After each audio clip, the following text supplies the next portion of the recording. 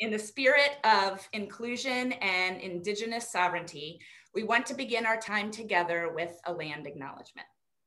For those of us in Portland, we are on traditional village sites of the Multnomah, Cathlamet, Clackamas, Chinook, Tualatin Kalapuya, Malala, and many other tribes who have made their homes here along the Columbia River. Please join us in acknowledging the land and the Indigenous people who have cared for it for generations.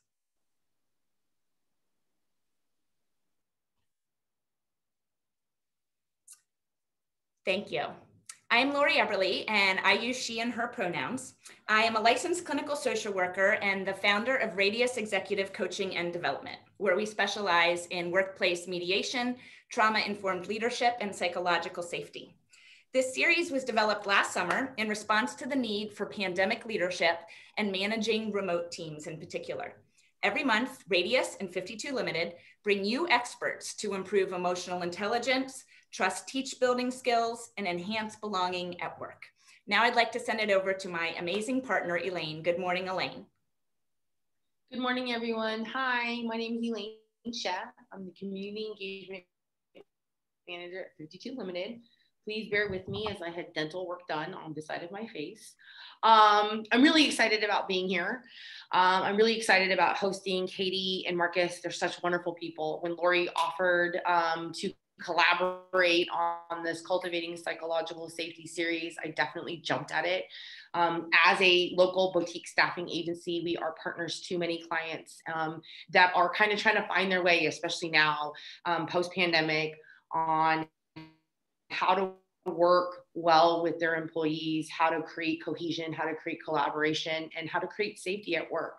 So I'm really proud and honored to be hosting this with Lori and having such great guests today. Thank you so much.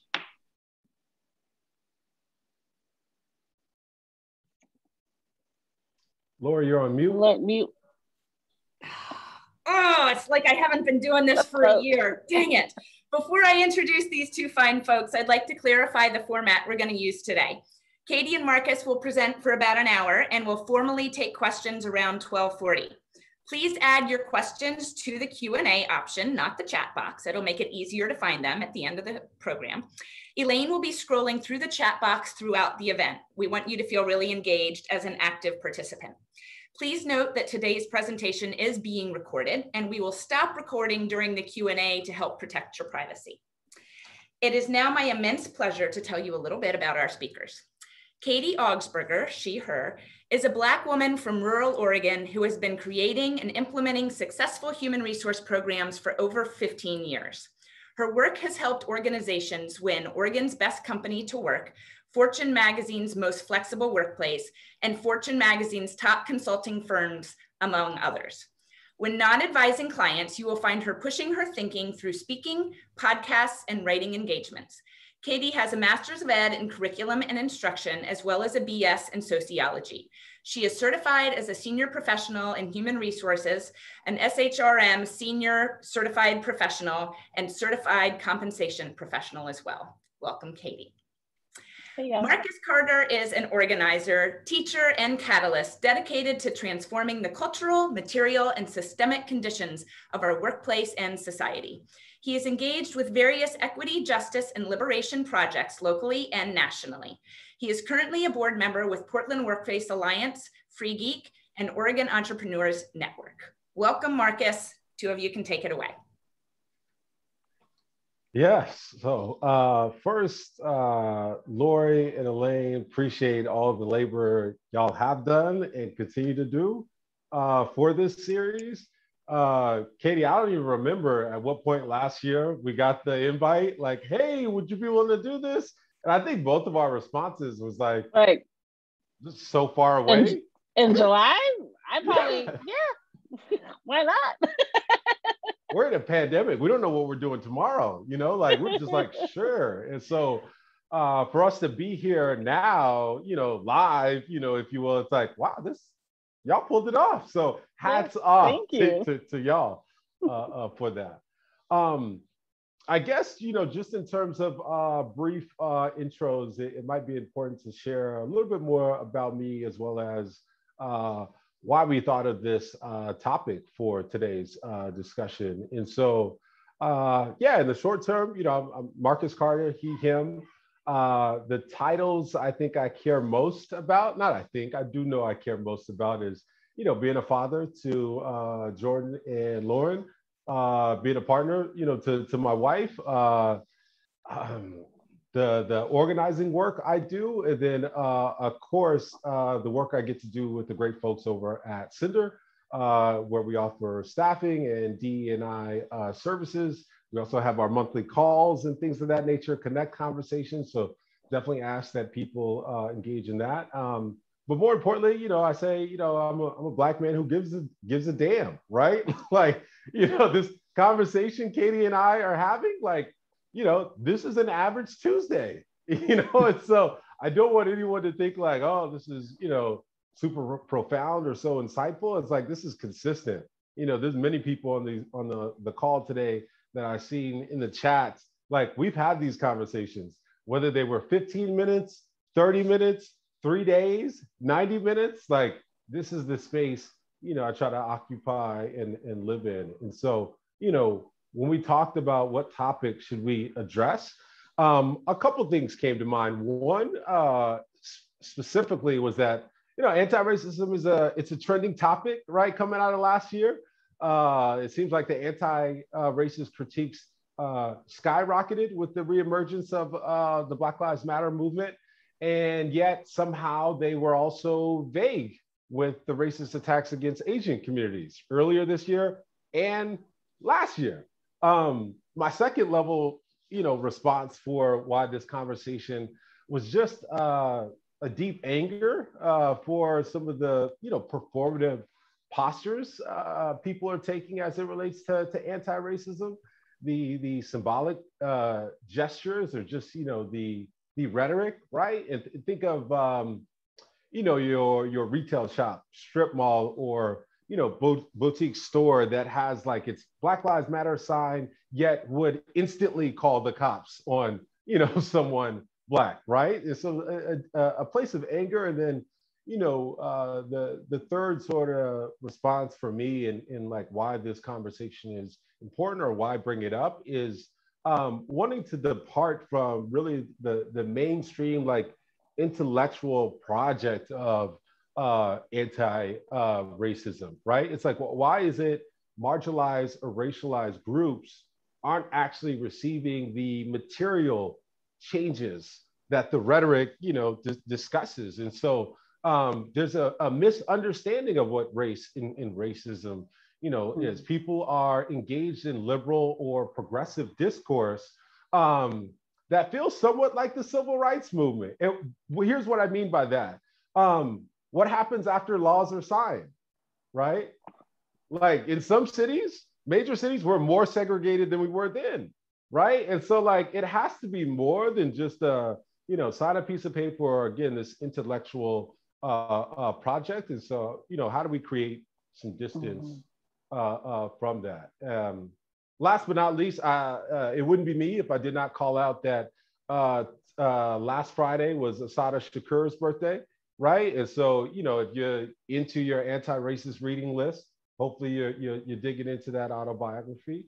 It was also Ida B. Wells' birthday last Friday. And so if you haven't read Ida B. Wells' project called, I think, The Red Record, please look at that and understand how she's critiquing a criminal justice system crime, and how those critiques are related to what's happening today. And then last but not least, it is Frantz Fanon's birthday today as well. And so, there's a number of books he's put out that you should add to your anti-racist library as well. So yeah, those are just some initial thoughts. And obviously, to engage in this conversation with Katie, it was like, why not? Like, we're having these personally, away from everybody, privately. Might as well just put a screen in front of us. let's do it. So yeah, that's my spiel. Hey everyone, I am Katie. She, her pronouns. I think what's important to know about me is that, one, like Marcus, I'm engaging in these conversations, both in my personal life and obviously in my professional life as one of the partners of Future Work Design. And I think what is provocative for me about this topic, and Marcus and I kind of were just riffing about what we'd like to talk about, and he mentioned this as a passion of his, and what really excited me is that I think we are all generally really trying to show up in ways that are thoughtful. And I think most folks with good hearts want to do the right work inside their organizations. And I think like when I look at the list of people who are attending, I think like we're preaching to a lot of the choir right here, right? Like the folks that are on this call are people who are like, I've signed up for this work. I want to be on the right side of history. I want to do the right thing. And I think that that is important, and it is critical for those of us who are excited and passionate and are trying to be in alignment with our values to constantly revisit what am I doing that is in service to those who are most harmed, and what am I doing as a signal to other folks who I consider woke that I am woke as well. And what am I doing that is in performance, and what am I doing that is in alignment with my values? And so that to me got really exciting, and I kind of was like, let's talk about that, because we're talking to our people here. I think we're talking to people who care about this. So I think it's good for us to investigate that more fully. I do want to just address that what Marcus and I are about to explore and go on is an untraditional format by design. We have chosen to make this a conversation. We've chosen to have people kind of look into the riffing that we do as people who are in this space and working in the space and thinking about this all the time, as opposed to, I think, what is traditional, which is here is our slide deck, and we're going to walk you through some very tailored arguments as to why you should agree with our point of view. And I think people do that in service to validate their credentials, in service to prove that they are experts in their chosen field. And we feel like our expertise is on our skin, our expertise is on our work. So just trust that this is our point of view and our value system, and go with it. So you're gonna see a bit of a different way of presenting today, which I celebrate. And in service of that, I want to just open it up to Marcus of what does this mean? What does this title mean to you? And what do you see happening in organizations? Yes, love this question. And I want to share a quick tip that I recently learned, as practitioners doing this work. I think we're always, jumping on calls and trying to figure out ways to, educate and enhance our skills. And so I want to pull out just a quick navigator, if you will, for today's discussion that I learned from a person named Amanda Fernandez, who runs an organization called Inclusify out of Canada. And she used this framing, stated, share your fact, FACT. And so for F, it's what are you following up on and learning more about from this discussion? For A, act, what are you actually acting on? For C, what are you actually changing after this discussion? And for T, what are you teaching, sharing with your colleagues, friends, and family? And so I just want to share that. Shout out to Amanda, because it's a brilliant framework, and I know I've already used it on a couple calls I've been on. And so, back to the original question in terms of some of the things that I am seeing. One, we know that, the utility of race, it says, what is F used for? So let me just follow up. Perfect, look at that, the chat. That's what I'm talking about, thank you. But yeah, in terms of what I'm seeing, I just think we have to understand race and racism exist as structures and systems, and we have to understand what are the consequences of racism, right? How is our logic almost confined and in some way incarcerated by that, right? There are a number of organizations who think, as long as I'm not discriminating against a specific group, Therefore, I get to hold this mantle of being, anti-racist. But your hierarchical structural in and of itself could be racist, right? Your titles that you give people, are racist. Your methodology for, promotions, if you will, are racist. I'll even highlight that, the act of, and this is no shade to anybody, but even the act of highlighting stolen native land agreements, like acknowledgements, that's racist, right? The act of being able to like just share settler colonial land acknowledgements without any activism, without any engagement. And what does it mean to be pro land back? What does it mean to actually restore and reconcile the histories, the cultures in the land of, indigenous folks? Like it is very, performative and or, racist for us to accept that. And again, not work to change the material reality for folks. And so I'm trying to think of a couple other thoughts here in terms of things I see. There's one theory that I'm working on that I've expressed this to Katie, and I think there are also a couple folks on the chat where I may have had one or two conversations about it. And specifically, I'm trying to think more deeply about employee resource groups within the organizations. And I'm always critical of like, what's the tension employee resource groups feel with the organization? At some point, there seems to be a moment when an employee resource group is, fighting for more independence, fighting to change certain systems and processes.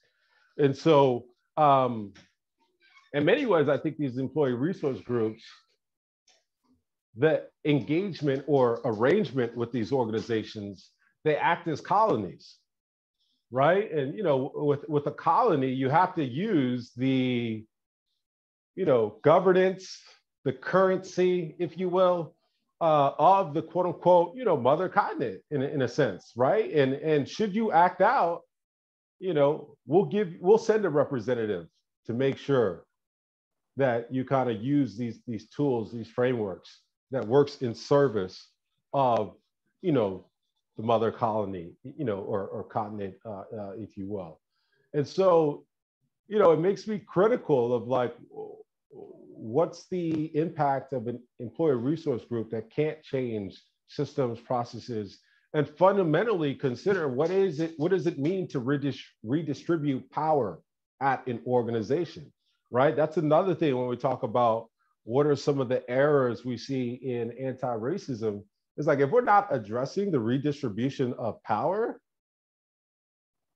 there's a reason why there are no material changes for marginalized or racialized groups then, right? Because we're not addressing the redistribution of power. It can be, again, an intellectual project for us, and that itself is harmful. And I think, I can only speak for myself.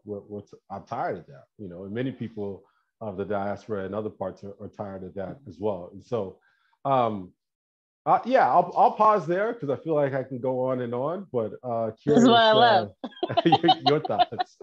Yeah. Well, and what comes up for me, both hearing you say that and thinking about this topic, is that what I think is happening for folks in those moments where we are in this moment where I think most folks wish to do work to be impactful, to signal, or to not just signal, but to like do action that is moving and advancing a better future for us all.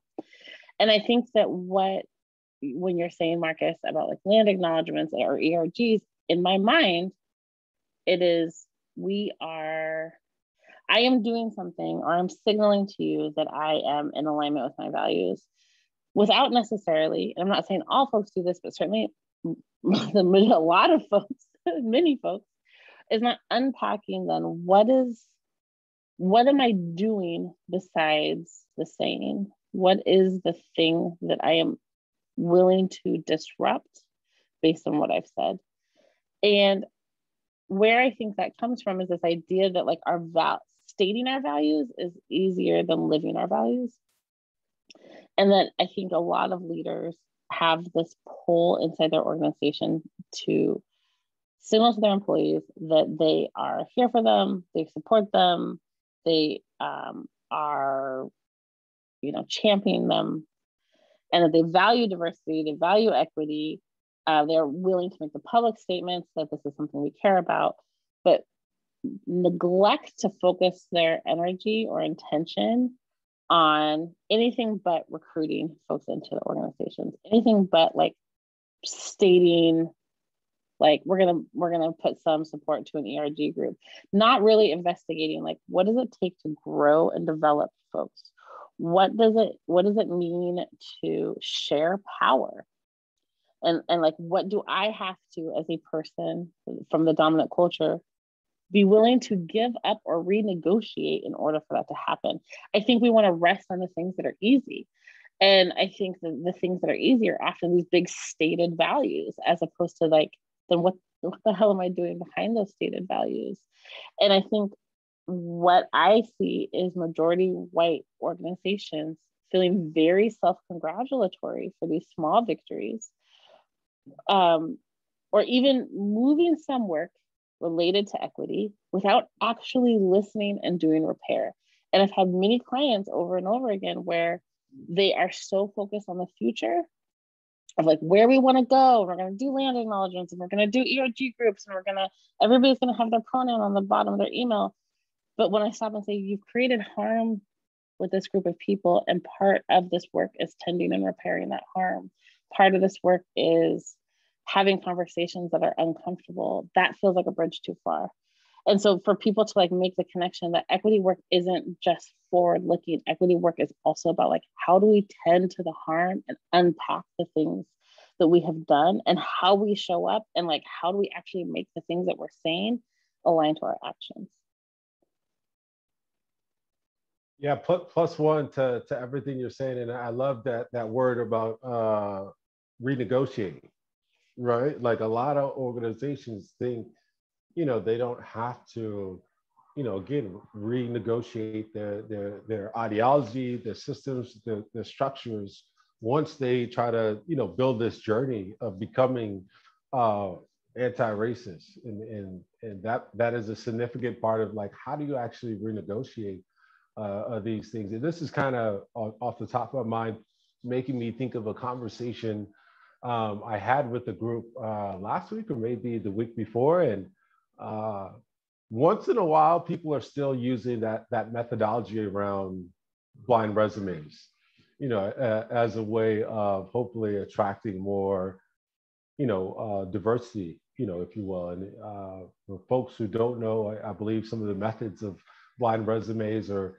actually, scrubbing a resume, omitting things like, race, name, pronouns, schools, things of that nature.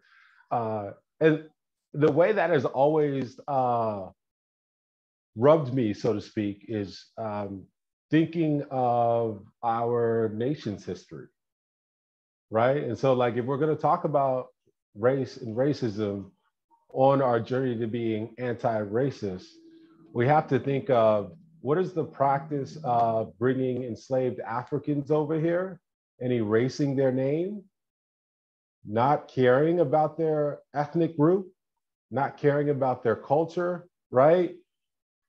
It's just saying, give me a name, right? As long as you're capable of doing the labor, we're good, right? And so like the renegotiating and reconciling, and like you said, like actually going back is the first step. You don't need to like just think you gotta hire other people. You need to sit with what kind of power dynamics and ideology have you inherited from racism? And like, what pockets does that sit in? Like really sit with that. And it's deep, right? The well is deep. And I think it's really difficult for us to sit in the discomfort of these conversations and to be like, in what ways have I personally contributed to this harm? Because so much of how dominant work culture is like this check off list, right? Like we do these actions and it's very task-based. That's how we've set up work.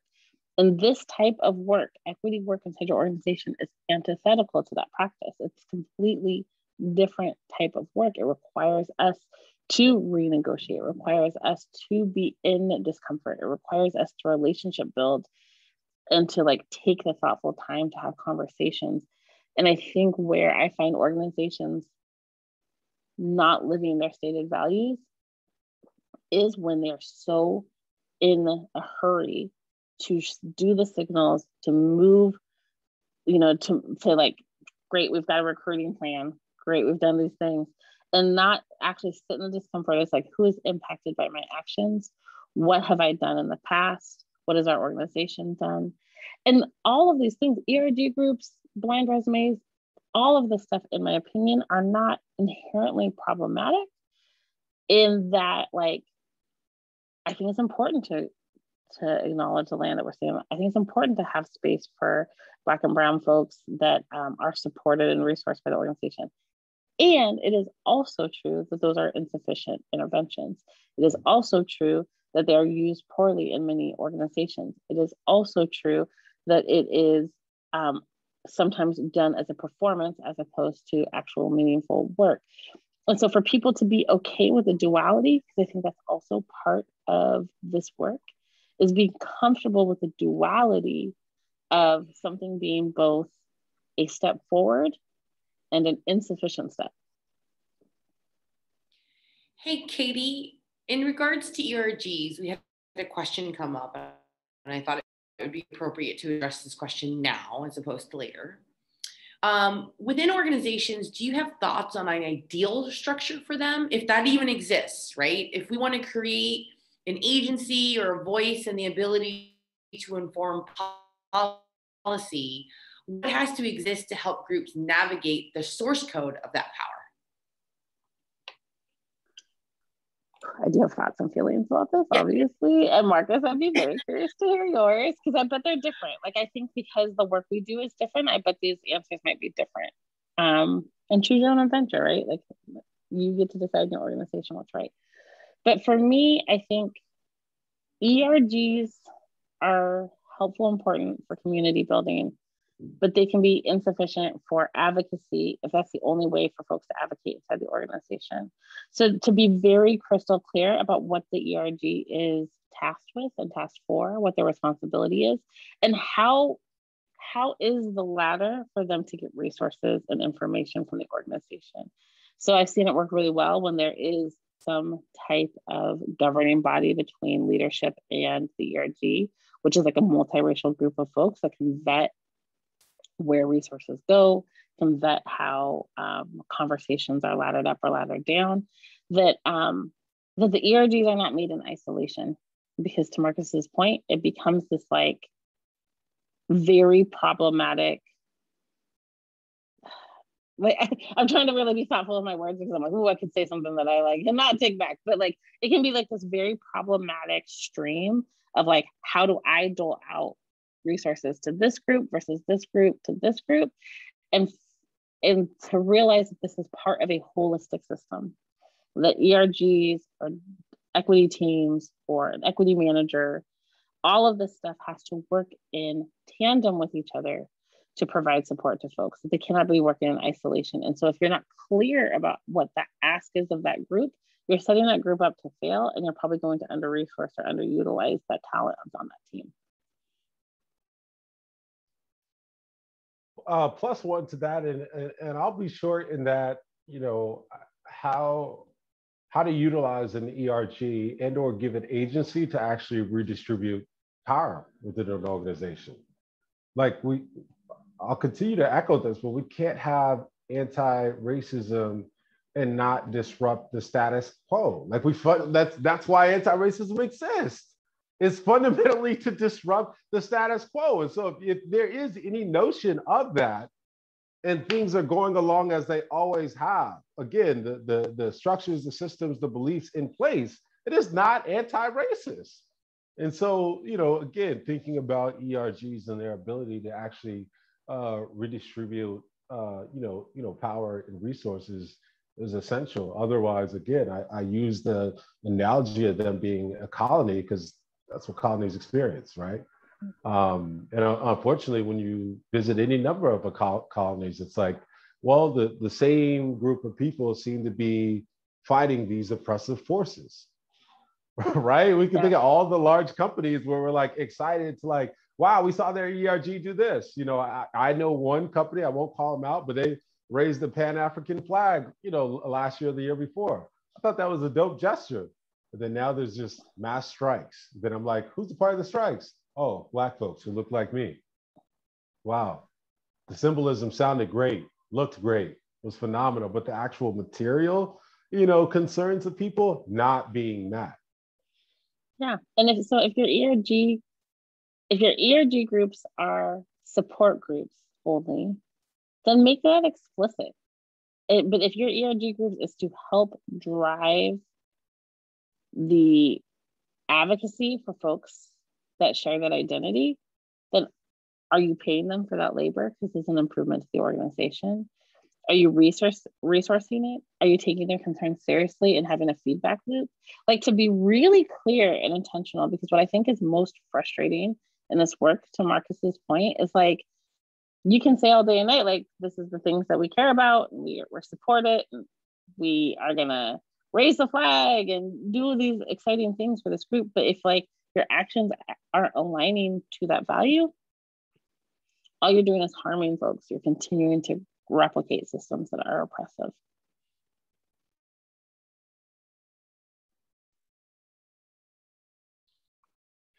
Yeah, and so the chat is blowing up there. I love the discussions happening.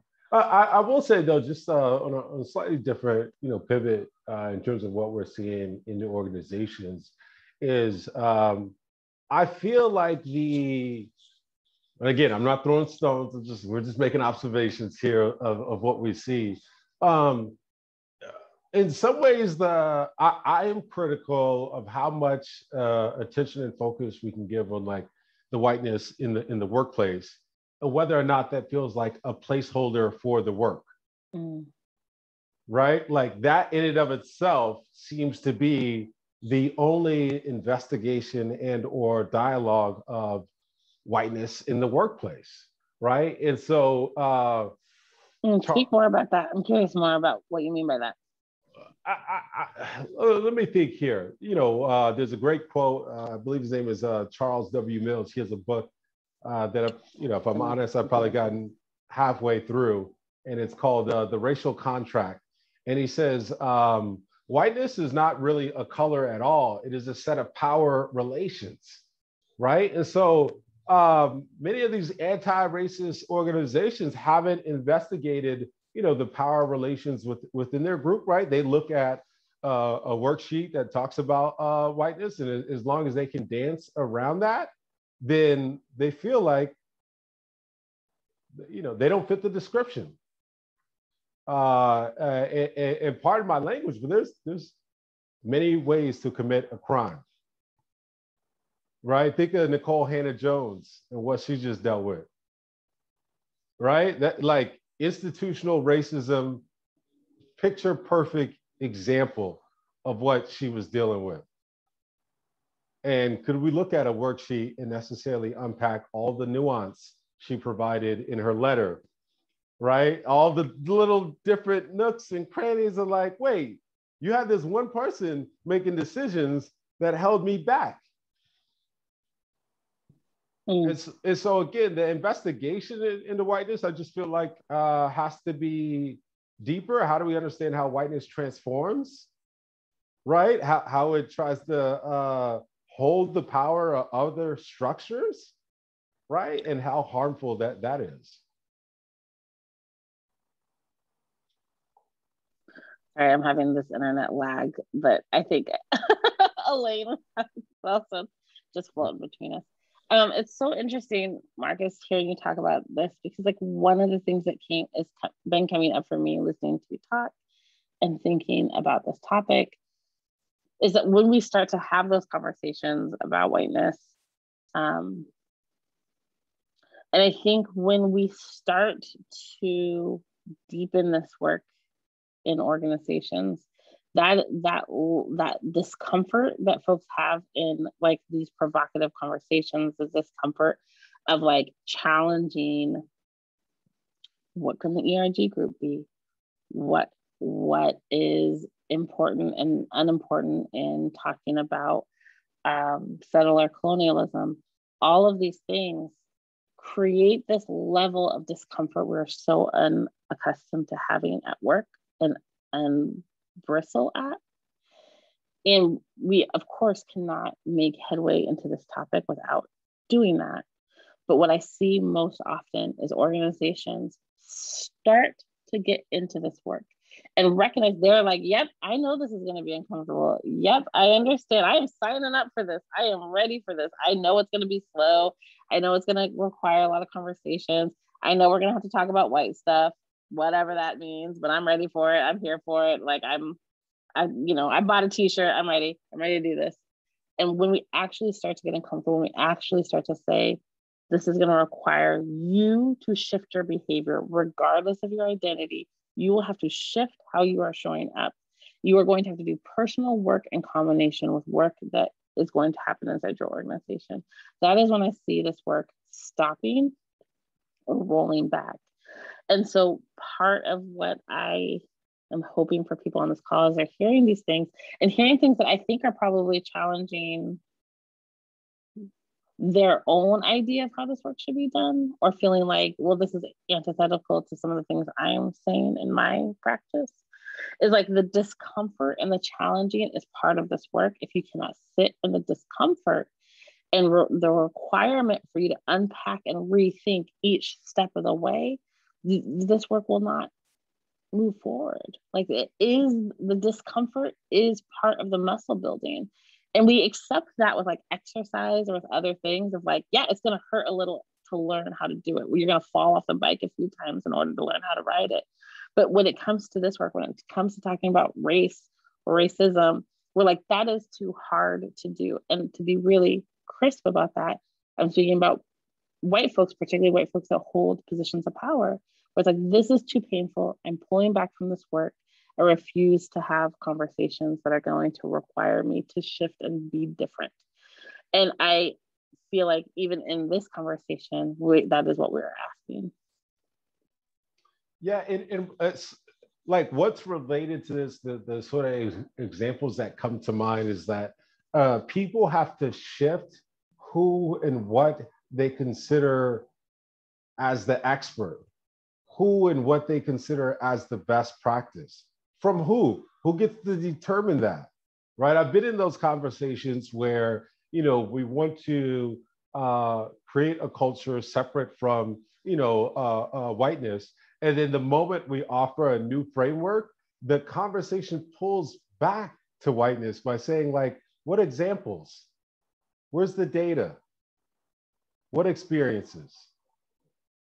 It's like the expert will not be the PhD, right? The expert will not actually be the typical identities and or processes that the racist model is accustomed to navigating.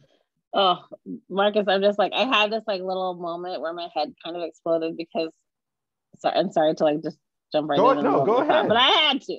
Yeah. But part of what I find most fascinating and problematic about the work I do is anytime we start in an engagement, we do a listening session with Black and Brown folks inside the organization. And we listen, we get their consent to share what we've heard with leaders, and we make recommendations based on that. And each time, without fail, the leader's like, whoa, oh my gosh, clutching my pearls. I feel so terrible to hear this. This is terrible news. I can't believe folks have been feeling this way. Thank you for bringing this to my attention. You're amazing. Thank you. Fantastic job. And all we are doing all we are doing is listening to the people that are in your house and telling you what they said, which I promise was not the first time they had said it, and absolutely not the first time you had heard it. But because I am a paid consultant, you trust my expertise because my credentials precede me. So the janitor that works in your building has been saying this for 6 years. You haven't listened, but you trust my credentials because this is part of the dominant culture. And this is what white supremacy reinforces, is that Katie's the expert, so she can tell me. And it's like, no, your experts live in your house. Your experts are there. They are telling you what they need. You ask them, they will tell you. You have just chosen not to listen, and you're waiting for it to be packaged up in a way that you can consume. Happens all the time. Happens, all the time, which, makes me think of the relational aspect of this is everything. That is the currency, right? That is everything. And when you step into an organization and you witness this kind of disconnect, you really have to second guess what kind of relations are existing in this space. And again, when we're talking about anti-racism, we're not talking about the redistribution of these power hierarchies within institutions and within our society, then this is what we'll get, right? Something as simple as listening and being able to take those experiences as truth, right? Not manipulating those experiences, getting them to fit within a certain, like, oh, this sounds like it could be X, Y, or Z. It's like, actually, this is exactly what someone experiences. Yeah. Not only in the workplace, but also in society.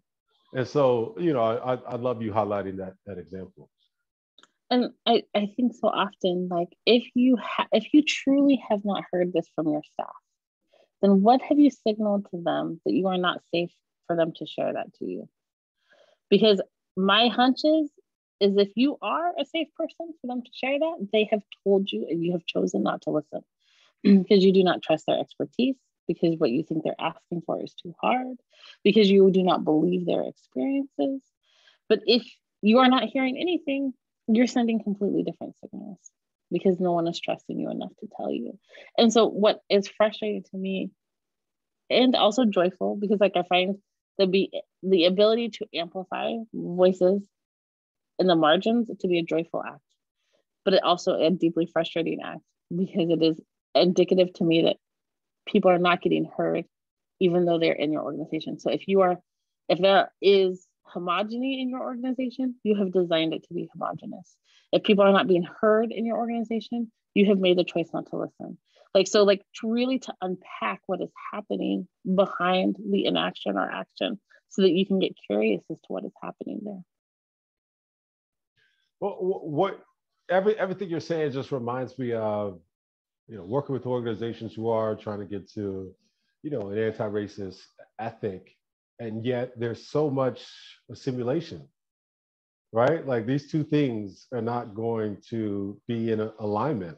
That it's just impossible for there to be, this effort toward anti-racism, but yet the policies and procedures force assimilation. Like there's just no way, that's going to play out well. And so to hear you again talk about these listening sessions and just witness these things, it's problematic to say the least. So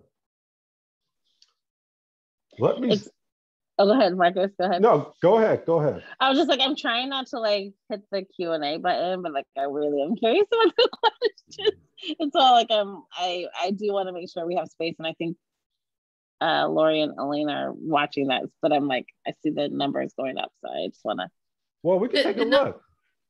The number is going up. There's some questions about blind resumes, but I thought we would come back to it. Perfect. Okay. I'm just realizing in this moment, I do not need to be a control freak, and I can just live into my value of relaxing. So thank you for that. Please, Marcus. Yeah, I think there's a couple of things. So I know we have our outline. So we've kind of moved in a lot of different spaces so far on this call. And I'm curious, maybe the follow-up question is like, why is this happening? And, or, I think we've already sort of addressed why we think this is why we see this as a problem. But well, again, you know, there's ways in which I'm just like we're talking about the different things we're seeing. Why do they continue to persist? I feel like because this is life work, and it is work that we cannot easily achieve in a quarter, in a fiscal year. It is not work that feels finished. It's like laundry, right? Like there's always more. And I think that is demoralizing for folks. And I think we haven't learned in the dominant culture to find joy in the process. The joy only comes after completion. And I think when you take that dominant culture mindset and apply it to this type of work, you will always remain unsatisfied because you will never complete this work. And for us to learn that the discomfort, there is the ability to hold discomfort and joy at the same time, that this is hard work and it requires us to rethink how we show up all the time. And I promise you, I mean, I can't speak for you, Marcus, but I can take a pretty good pass at this. Like, I am constantly having to revisit how I show up. I'm constantly learning new ways that I have created harm or that I have not shown up in alignment with my values, because that's part of this work.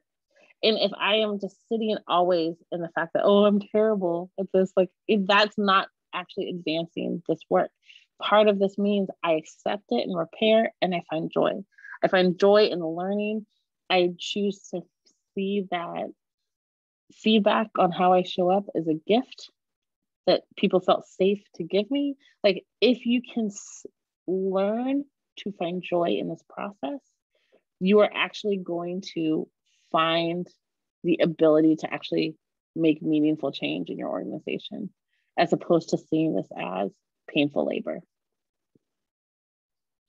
Yeah, we definitely have to have joy in doing this. And, you know, I try to remind myself that ancestors have dealt with worse than me, right? And somehow people were able to sing, right? Somehow people were still able to make music, cook food, right? You know, write stories, right? So I love you really holding that center of joy. One thing that came to mind though, as you were speaking and as I was trying to think of this question a little bit, is that as a consequence of racism, right? White, black, so on and so forth, is like, in some sense, we're maybe stripped of our freedom and choice, right? Like if you just continue to ride the wave of being harmful, is that cool? Like that's just odd to me, right? And so again, as a consequence of that history, we are actually trying to like reconcile, or I think we should be, right? If we give a damn, right? And so there's many ways in which the anti-racist story, you know, again, kind of over indexes on like who is perceived as the victim, right? If you will, or the survivor, right? And the reality is like, to an extent, we don't exactly have the freedom and choices we want because we're trying to make something better. Like, what would I like? I'd love to do something else aside from being a director of social equity, right? And working with the organization. Like, come on now, you're like, we've had many conversations. I like to think I do some interesting things, right? But I got to pull back to this, right? Or just as, you know, the engineer or whoever who just wants to like do their job, but yet they're getting pulled back to this. That's a consequence of race and racism for us. And we all have to do our job in that and not just say like, you know, it's one's group, you know, role to reconcile that, you know, versus another. It's like, no, we're all sort of fighting and navigating, you know, that history. And if it feels like it's holding people back, it's like, well, one day, hopefully you will feel like you've done enough work where the next generation doesn't have to feel that way. You know, like I've said this to, you know, a couple of friends where it's like, you know, I just don't meet white people on a day-to-day basis that are like, Marcus, I want to do so much work that the next generation no longer feels guilty about race and racism. It just doesn't happen. The conversations for some reason don't happen. And that's again problematic if your analysis of race and racism is only focused on a specific group perpetuating racial harm. First, understanding again, the systems and the ideologies we use day to day in and of themselves can perpetuate racist harm.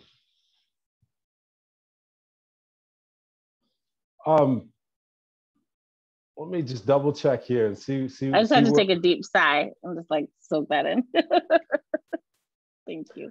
One thing I do want to talk about is maybe like why we continue to see this problem. One of the things that I think early on you and I had a discussion with was me being critical of people finding resources that perpetuate racism and or make the problem seem palatable and or nice.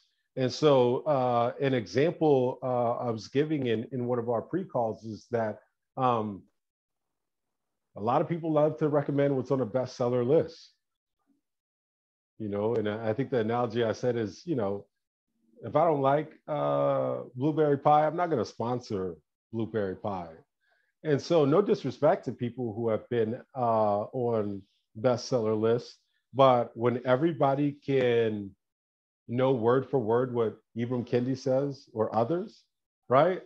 I got to question how deep is that analysis, right? Like who is it in service to? Like if it's consumable for the masses, that is information about like, well, what is that? Who is that for? Yeah. Right. Even that bullet point is the reason why I said, wait, maybe we should interrogate anti-racism when it seems to be the be all end all. Right. And so again, thinking about, you know, certain authors and or material we're consuming that makes race and racism an academic practice, you know, that enables us just to engage in conversation, that in itself is harmful. Right? Like, what is the actual, how are we applying the theory beyond our conversations? And I would just tell people, like, let's not put out another anti-racist book list with, you know, well-known resources who are doing talks at Harvard, et cetera. Right? Let's find the books that are banned. Yeah, and I this is the thing that becomes really complex and challenging for me because I'm like both 100% agree and also want to say like this is a 400 level conversation, and if you're in an organization that's at 100 level, maybe start with those books, start what is consumable, but recognize that is a choice and it's a strategic choice, knowing that there is deeper layers to unpack there. So like it is. Both things can be true. Both is like those things can be door openers for people who are like early on their learning journey, and also insufficient to actually examine and unpack all the deeper layers in which we find systemic racism hidden in all of our systems. And so like I guess my takeaway is like, yeah, those things are out there and they're good and not enough.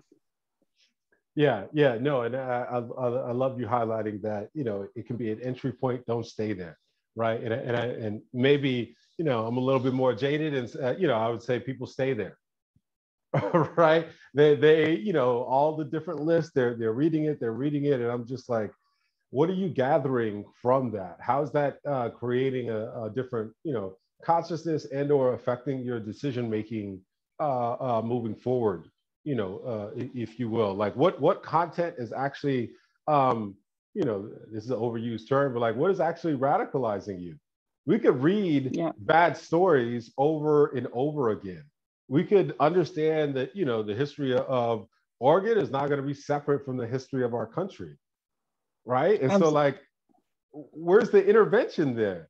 Like, where's the actual, I'm deviating from the mainstream logic and problem solving and solutions, and I'm willing to take a radically different stance to evaluate why we're having the same conversation in 2021 that people were having in the 1960s, that people were having in the 1990s, right? Mm-hmm. Mm-hmm. And I think what, I just had this like radical thought, and then I think it escaped me as we were talking. But my fault. No, this is not your bad. This is me just being like, and then another thing, and another. But I do think that is part of what is important for us to name as practitioners in this work. Is that I think a lot of practitioners in this work harm the work by staying in that awareness building space, where it is kind of like staying on the bestseller list, where it's like we're going to stay in the space of just learning. But part of this work is learning and doing. And learning is an important part, but so is the doing and the shifting and the behavior change. And I think where I would encourage those who are on this call to, like, as you're starting to examine, like, what resources do I use? What language do I want to, like, kind of challenge that I'm using? What kind of things do I want to unpack? To also think, like, am I pushing my organization to do or just to learn? Am I asking them to actually investigate where do these things show up and how do I shift them?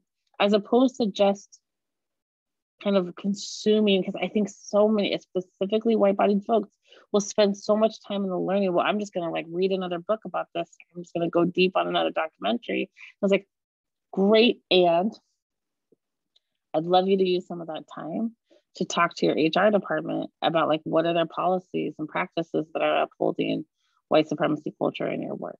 I'd like you to use that to challenge your next board meeting about, like, how are we allocating resources amongst our organization. I'd like you to bring that up in the next sales call when we're talking about, like, how we're going to engage with community, like, to actually push this into the practice of your organization and not just stay on what feels most comfortable, which is that kind of like first phase, early journey learning. Yes, more okay. Yes. So the Q&A is starting to pile up, and I want to make sure that as we're starting to talk about, this is what I was worried about, because I'll just keep talking for 2 hours. But Elaine, real quick though, I'm gonna start with this one, and then Elaine, just a quick thought to follow up is that it's odd that people can learn about trauma, history, racism, and somehow fail to learn how to build a relationship with the groups they're learning about, right? Like, what are we doing here? You can learn about the history, the trauma, the pain, all these systems, and still not learn how to actually build a relationship with the group you're reading about. Why? Like, this is what I mean. Like, let's no longer perpetuate that cycle, because that does nothing for me. If you can't be in relationship with me, whether or not we have opposing views, that's significant. It's for us to actually be in relationship with each other versus you just spitting out what you heard from bestseller. And I'm like, I don't know you. And as far as I know, you saying some harmful stuff in your next sentence. And so it's just very essential that we call that out. So go ahead. No, I totally agree. And thank you for following up with that point. Okay. I'm going to get to all of your questions. I'm just going to kind of plot them so that we kind of have some course. As a white leader in an organization focused on racial justice, I see the need to deepen our anti-racist work by shifting from an intellectual pursuit to being deeply personal and interpersonal work. However, how does an organization ask its individual employees to do personal work as part of a job description? I have a strong point of view on this one. You don't. You don't. I think, let me back up. Personal work and institutional work are required in order to move this work inside of organizations. I think it is deeply problematic and troubling and very harmful, particularly to Brown and Black folks, to ask that personal work happen at work. The stakes are too high at work, and the work to do the personal work relates to your trauma, relates to how you grew up, it relates to your community. It is deep, it is layered, and it is not appropriate in both my HR lens and just like my identity lens to just be like, that's crap you should not, that is stuff you should do in the bathtub at home with a glass of wine. That is stuff you should do in your church group. That is stuff you should do with your family. That is work you need to do with your partner. That is work you need to do on the beach with a journal. That is not appropriate for your boss to assign metrics to. So like, did you read enough books today? Did you do, because what we are doing is, again, replicating that this is a check off list process. That if I can measure how much personal work you are doing. Now, you can certainly say that this is part of this work. We are going to give you time and resources in which for you to pursue that personal work on your own. But there is collective work in which you are accountable for. There's collective work in which you as an individual need to show up. And if you choose not to show up for that, that is part of how we're going to evaluate your performance. But I find it so fraught to ask that, which is such a great question. So I'm glad you asked it, but so fraught to be like, we are going to evaluate your work performance on how much work you have done on your own trauma or your own racialized identity. That feels inappropriate. Yeah, 100% co-sign on like being that, I guess, invasive in some ways.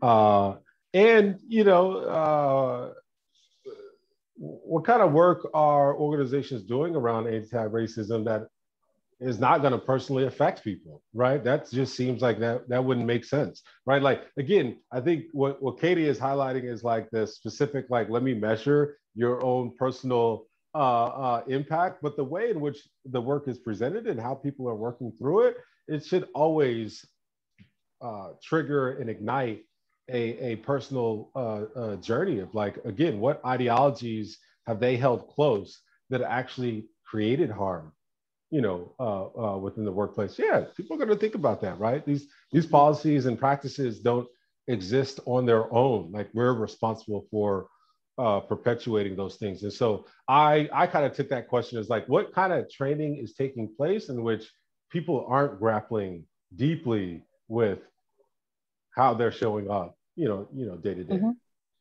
And like, another thing added on to this is that I think what we are doing when we require that in our organizations, when we require that personal work must be done and we can evaluate it, what we're doing is we're